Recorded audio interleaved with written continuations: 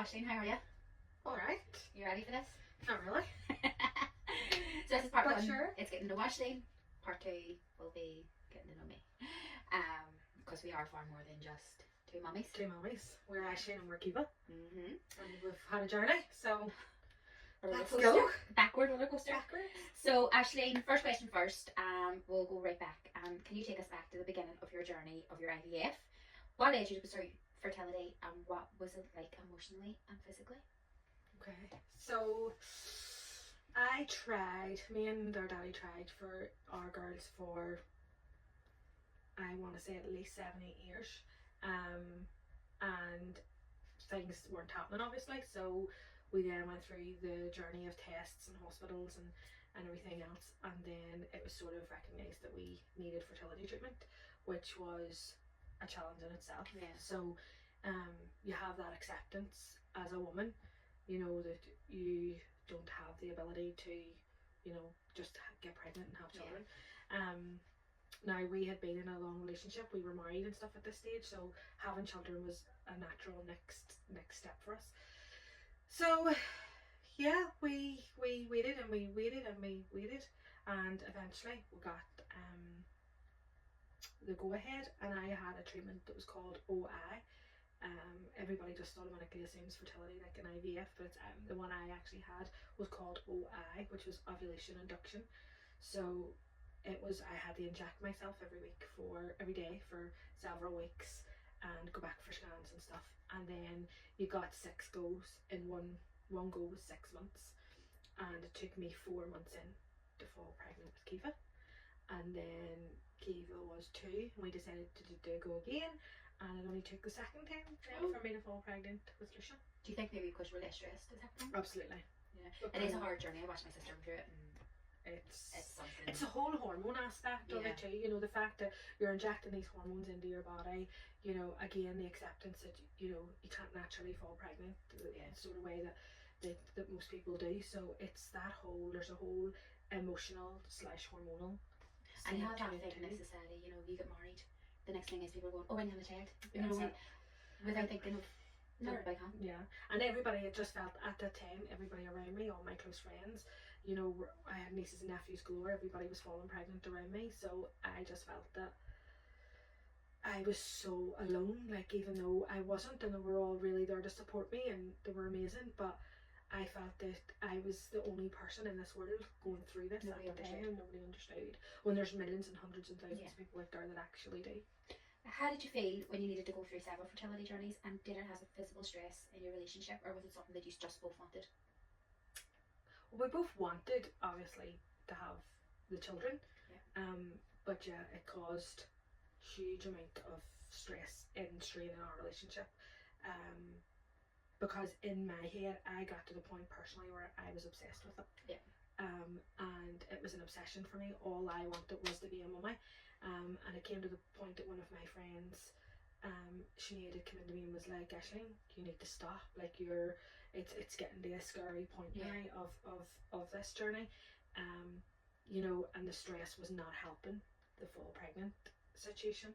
So it was then I sort of took a step back, took a deep breath, and I was then able to fall pregnant with Kiva eventually after the 4 months. But massive strain on our marriage and our relationship, because I think he was of the opinion that yes, he wanted children, but he wasn't as obsessed with it as what I was. But he wasn't. Yes, he was going through it, but he wasn't through it hormonally and then going through it. Yeah. So married and here we go.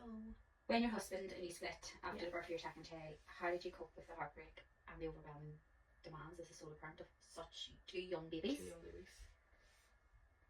I didn't. I don't know. I would say I didn't, but then on the other hand, I would say that I did.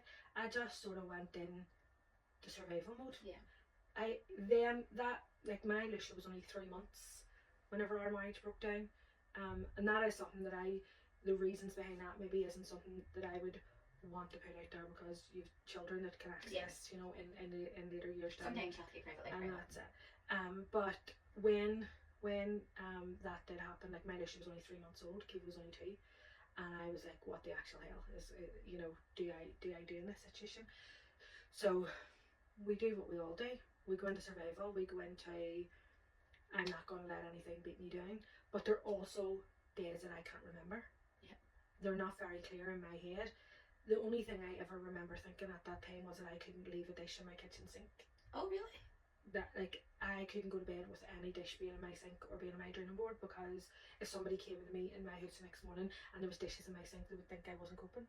Do you think you went through a bit of postnatal depression? Oh, 1,000,000%. I had postnatal depression with both mine, but with Lucia, I had like depression through through the pregnancy, and I had like perinatal mental health with that pregnancy. So definitely, you know, but that was before, it was even before the marriage breakdown. Yeah. Obviously, it was on the rocks without even realising it was on the rocks when I look back at it now. But it was get up and suck it up and pull your big girl pants on, and you have 2 wee babies to rear. And you know, my Lucia was very, very behavioural as a toddler, and I often, even now, think, like, you know, was that due to like the way I dealt with things, or, you know, I was so vacant. I felt I was so vacant. But I remember having this conversation with the health visitor at the time, whenever she was a toddler, and she was so highly behavioural. And the health visitor said to me, like, Aisling, you may have felt vacant, but you still done like the baby massage, the eye contact, and all that that she needed at that time. So basically that's it. Every day was survival, and without friends and family and everything helping me, I probably wouldn't have got through it. And what did help you get through the darkest moments? Like, was there any support systems, beliefs, or anything you focused on? My 2 babies. Just same time. My 2 that I longed for so much. And my biggest thing still to this day is I wanted to give my children a childhood that they don't need to recover from in adulthood, and that is still a big motto in my everyday life as a mummy. Don't get me wrong, I've messed up and I've done things wrong and I've done things really bad. I've done things, you know, we all do, but hopefully there's nothing there substantial that they're going to need to recover from. Your oldest child, our beautiful Kiva, is living with autism and deeply connected to you. Yeah. How do you navigate being their safe space while also caring for another child? That's the pits I'm in at the minute, to be honest. To me, her need for me as her safe person is getting greater as she gets older rather than less. And I don't know if that is maybe a recognition thing of herself. You know, she's realising that she's different, or, you know, she's transitioning to post-primary, or she's had a bit of a wobble recently. There was a bit of a situation, and I don't know if it's all them sort of things combined, that she just constantly feels unsafe. And even with me at the minute, she's feeling unsafe. So I manage it by showing up, by being there, by being constant, and just letting her know that she is okay and that she is safe. And I just think this part in life of her, you know, child/teenage years is not going to be forever. And the situation that we're in now, you know, in 10 years down the line, when she doesn't want to know me and she's out, hopefully, and living some sort of a normal life, you know, I'll be longing for them days that she wanted to be with me 24/7 and sleep in my bed, as much as it's a struggle at the minute. But I will sort of look back and think, I want them days back. So that's what I say every day. We're going to miss these days, especially the hard days. How do you help your older child process emotions around family changes, and what have you learnt about their needs in the new dynamic? I have probably learnt that I can't control everything. Yeah.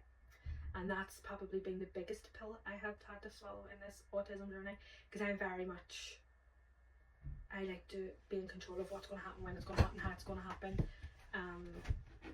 And that isn't the way it is anymore, because no matter how I plan a day or a weekend away or a holiday, or it never goes according to plan, because it's dependent upon how her needs are in that day as to how that day or that week goes. So probably just that I need to sort of step back and just let things flow naturally, rather than accept some more help from others. Accepting help. You can't always be in control yourself. No. It's easier said than done. It is. Especially when I am her safe person, and the only person she wants is me. You know, so we are working on it, and we're building up, and she's going to see like our dads and stuff a wee bit, and we're working on it. We're working It's on work in it. progress. Yes. Many parents feel guilty when they can't give equal attention to all their children. How do you manage those feelings, especially knowing that your younger child may get less emotional energy? Not very well. But grand. It's a huge. We all have mum guilt of some description,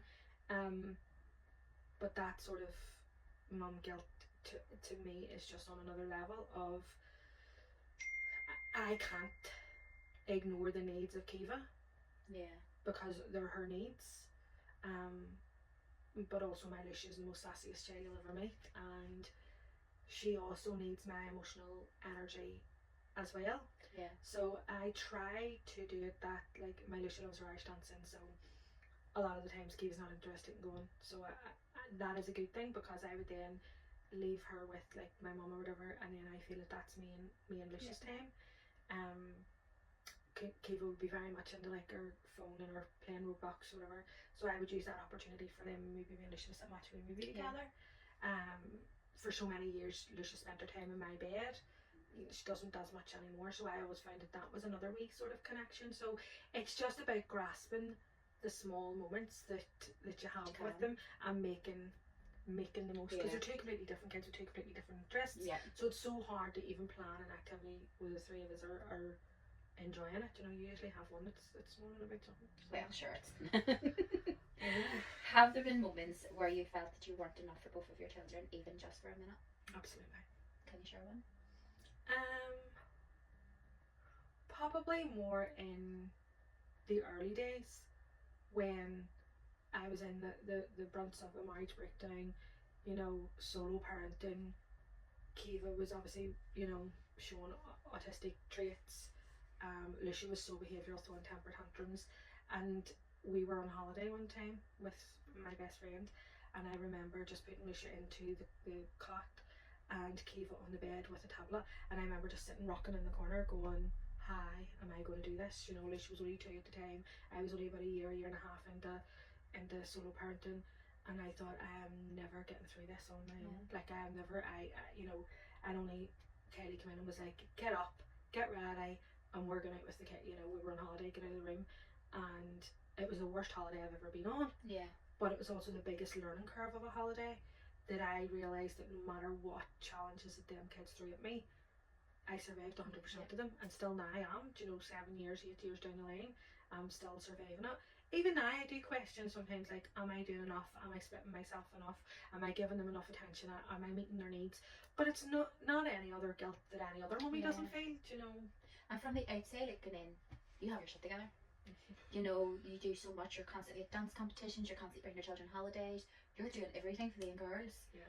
And from the outside looking in, people will look at you and go, she has her shit together, you know, she's always away, she's this. But knowing you on a personal level, I know the struggles that you have. Yeah. Especially the last few weeks. It was hard to watch you struggle and not being able to help you, because it was something that not even you could help with, you know, and obviously we learned that it was something that our NHS struggles to help with too. Yeah. But fair play to you. And well done. We're getting there. Proud of you. We're getting there. We're getting there. Hopefully. So what does healing look like for you now? Not just as a mother, but as a woman who's experienced heartbreak and immense stress. Healing looks like acceptance, and still I have to tell myself that being a mummy isn't the only thing that I am.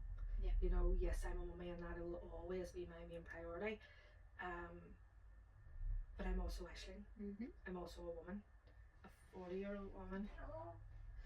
I'm a sister, I'm a daughter, I'm a friend, I'm a work colleague. You know, I wear all these hats, but most importantly, I'm me. Yeah. And my biggest thing is I can pour from an empty cup.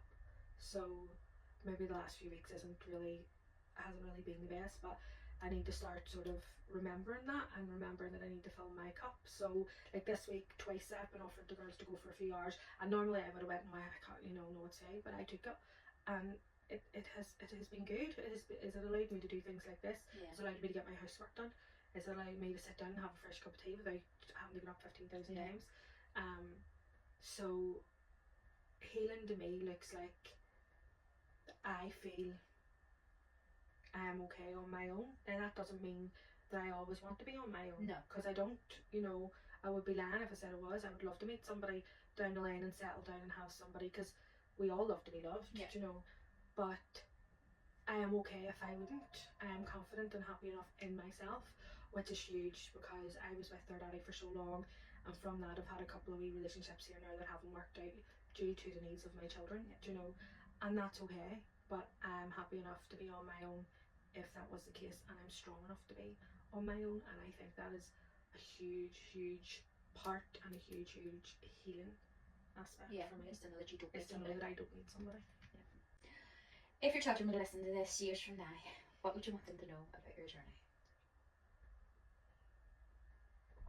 I would want them to know that Mommy loves them, and no matter what challenges were thrown at me, I faced them head on with swords and knives and everything else, and that I would die for them, and that I hope and pray that I gave them the childhood that they deserved, and it has built them to be resilient, and it has built them to be strong and kind, and that it wasn't all plain sailing, but I done it, and no matter what life throws at any of us, children included, we will get through it, and we have got through it. And life can tear us down sometimes, absolutely, but you just get back up and keep bloody going. And I'm going to ask you a question. If there was somebody watching this who's going through one of the many struggles that we've just talked about, what would your advice be to them? When you're in the pits of any sort of marriage breakup, autism diagnosis, children, temper tantrums, abuse, whatever them pits may look like for you, you honestly feel like you're in the dark in this big dark tunnel, and no matter where you look, you can't find a way out. But I promise you, promise from the bottom of my heart, there is light. It may take you a bit of time to find that light, and it's sometimes really hard work, and sometimes you will be crawling on your knees and clawing with your nails, but you will find that light. And see, when you find that light, it shines so bloody brightly, and that is you learning to love and accept yourself for who you are, and that beautiful person that you are. So keep going. How can I? There we go. Brilliant. We're in a tunnel, but we're crawling. We're getting there. We got through that right. We did.